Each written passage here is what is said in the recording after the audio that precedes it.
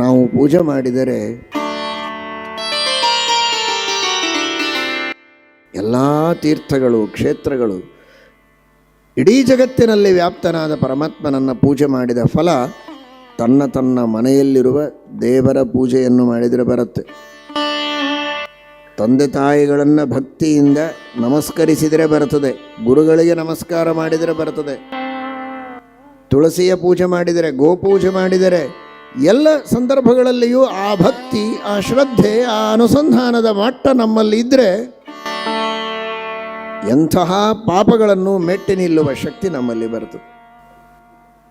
ಆದರೆ ಆ ಅನುಸಂಧಾನ ಇಲ್ಲದೆ, ಶ್ರದ್ಧೆ ಇಲ್ಲದೆ, ಸರಿಯಾದ ಸಂಧ್ಯಾವಂದನಾದಿಗಳನ್ನು ಮಾಡದೆ, ಆಚಾರ ವಿಚಾರಗಳನ್ನು ಇಟ್ಟುಕೊಳ್ಳದೆ, ಕುಕರ್ಮಾಚರಣಾತ್ ಕೆಟ್ಟ ಕರ್ಮಗಳನ್ನು ಆಚರಣೆ ಮಾಡುತ್ತಾನೆ, ಕೆಟ್ಟ ಕಥೆಗಳನ್ನು ಕೇಳುತ್ತಾನೆ, ದೊಡ್ಡವರ ನಿಂದೆಯನ್ನು ಮಾಡುತ್ತಾನೆ.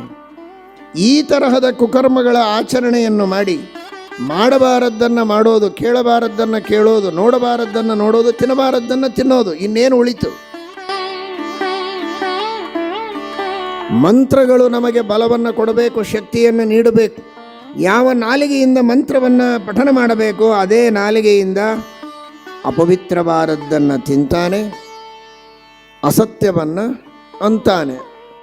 ಅನ್ನೋದು ತಿನ್ನೋದು, ಅನ್ನೋದು ಸುಳ್ಳು, ತಿನ್ನೋದು ಹೊಲಸು, ದೇವರಿಗೆ ನಿವೇದಿತವಾಗದೇ ಇದ್ದದ್ದು, ಅಪವಿತ್ರವಾದದ್ದು. ಅನ್ನಂ ವಿಷ್ಠಾಪಯೋ ಮೂತ್ರಂ ಯದ್ವಿಷ್ಣೋರನಿವೇದಿತಂ. ದೇವರಿಗೆ ನೈವೇದ್ಯ ಮಾಡದಿರುವಂತಹ ಅನ್ನ ಅತ್ಯಂತ ಅಪವಿತ್ರವಾದದ್ದು.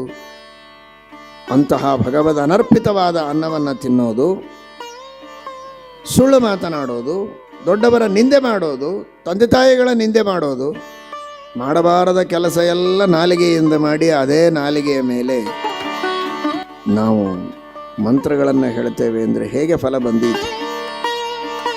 ಕುಕರ್ಮಾಚರಣಾತ್ ಸಾರಹ ಸರ್ವತೋ ನಿರ್ಗತೋಧುನಾ, ನಾರದರ ಮಾತು. ಅಂತಹ ಕುಕರ್ಮಗಳ ಆಚರಣೆ ಇದು ಕೇವಲ ಎಲ್ಲಿಯೋ ಇದ್ದ ತೀರ್ಥಕ್ಷೇತ್ರಗಳ ಬಗ್ಗೆ ಹೇಳ್ತಾ ಇಲ್ಲ, ಪ್ರತಿಯೊಂದು ಮನೆಯ ಬಗ್ಗೆ ಹೇಳ್ತಾ ಇದ್ದಾರೆ, ಪ್ರತಿಯೊಬ್ಬ ಮನುಷ್ಯನ ಬಗ್ಗೆ ಹೇಳ್ತಾ ಇದ್ದಾರೆ. ಆ ವ್ಯಕ್ತಿ ತಾನು ಮಾಡುವ ಕುಕರ್ಮಗಳನ್ನು ಬಿಡಬೇಕು. ಅವನು ಮಾಡುವ ಮಂತ್ರಕ್ಕೂ ಬೆಲೆ ಇದೆ, ಅವನು ಮಾಡುವಂತಹ ತಂತ್ರಗಳಿಗೂ ಮಹತ್ವ ಇದೆ. ಇನ್ನೆಲ್ಲ ಪೂಜಾದಿ ಕರ್ಮಗಳಿಗೂ ಒಂದು ಫಲ ಬರುವಲ್ಲಿ 100,000 ಫಲವನ್ನು ಅವನು ಪಡೆಯಬಹುದು ಅಂತ.